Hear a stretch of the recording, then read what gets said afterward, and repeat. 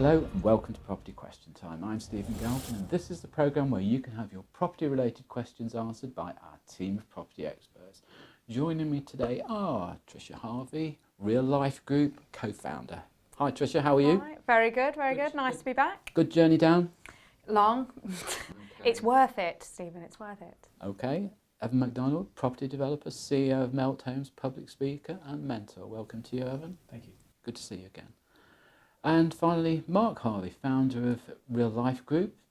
Again, mentor, public speaker and general property expert. Welcome to you. Thank you. Good to be here. Good. Okay.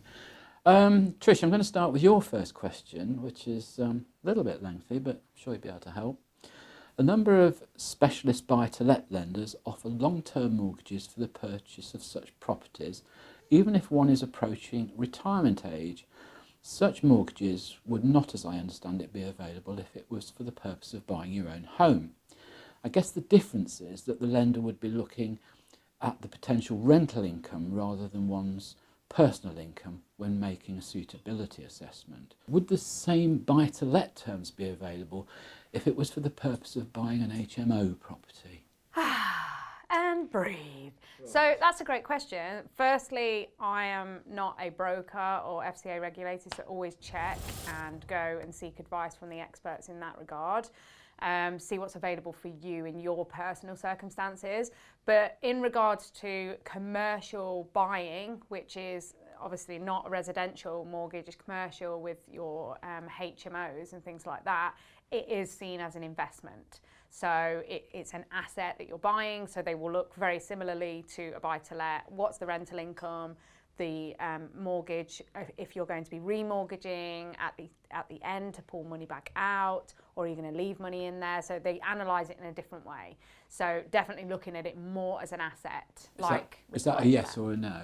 That's a yes. That's a yes. Okay.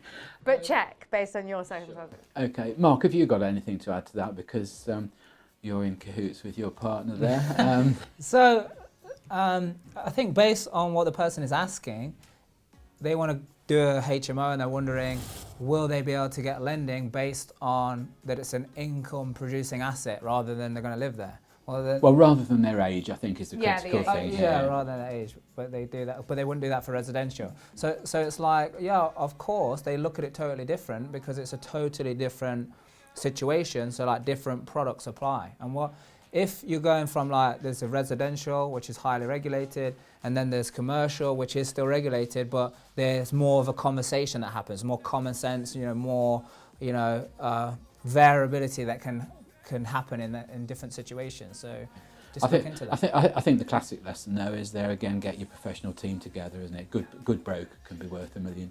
Do the experts think that government should involve itself in things like help to buy schemes and help to buy ISAs, as basically the costs are paid for by the taxpayer? Now, this is quite relevant because we've seen a lot of publicity over the last few months where some commentators have been saying that the help to buy schemes probably help the developers a lot more than it's helped the general public. We've also had in 2015 Cameron and Osborne announced huge £2.5 billion into first time buyer homes, and apparently none under that scheme have been built and the budget for that has been withdrawn. So we've got all sorts of promises now coming into the election season.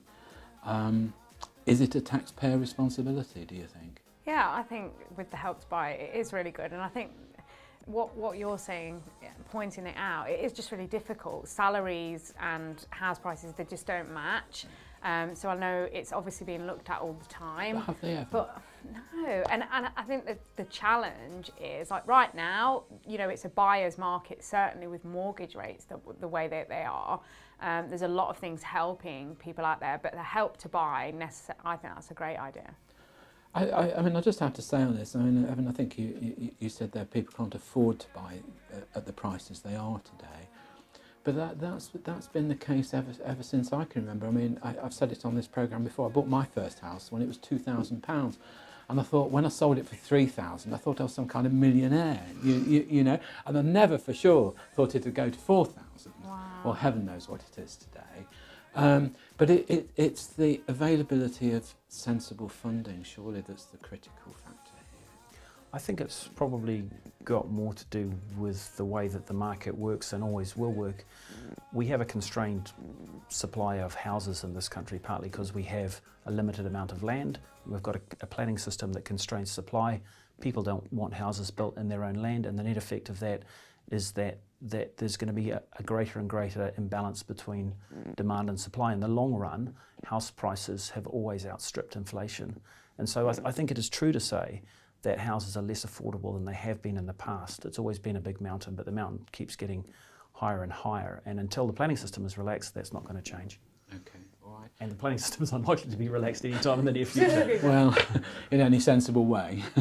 Mark, anything to add? So I think what these guys have said and what everyone's talking about is absolutely true. My view on the whole situation is a little bit different, because the way I look at it is because when we first bought our first house, we were allowed to put a very low deposit down, which allowed us to, so-called get on the ladder.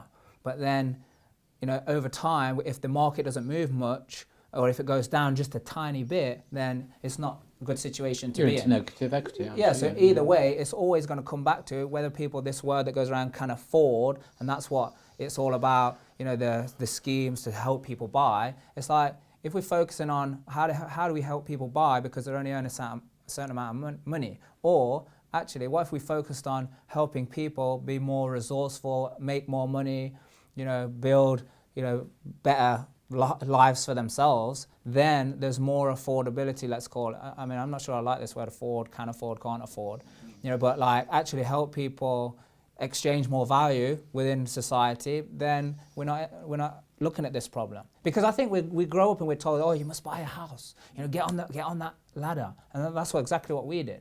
But now we don't do that. Now we rent the place where we live, but we own the places that we rent out to other people. So it's like, I think that's got to be. So on leaving Europe, we've developed a more European attitude towards house purchase and renting then. Good. Okay, Mark, your question. I'm advised that a number of local authorities are now refusing consent for conversion of properties to HMOs. With such a shortage of housing, why is this? And is there an appeal process if an application is turned down? Good question. So why is that in place? Why that is in place? Because HMOs are usually where we're taking a house or a building that was probably only designed for a family, and then we're putting a lot more people in it.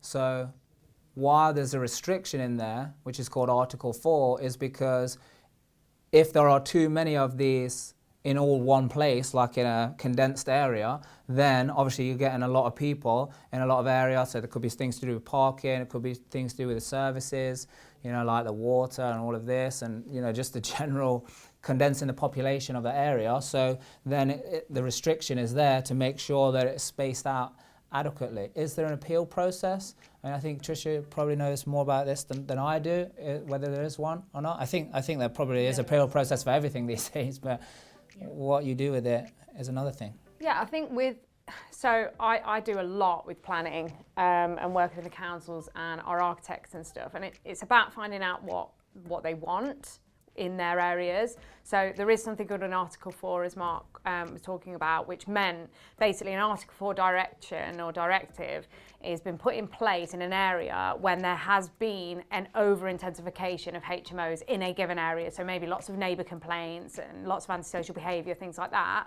So they put this in place so that it removes the right to just buy a property and turn it into a up to 6-person HMO under permitted development. That's all it means. It means if you've got 3 or more unrelated individuals living in a property as a HMO in an Article 4 area, you must obtain planning permission prior to actually turning it into HMO. So that's in an Article 4.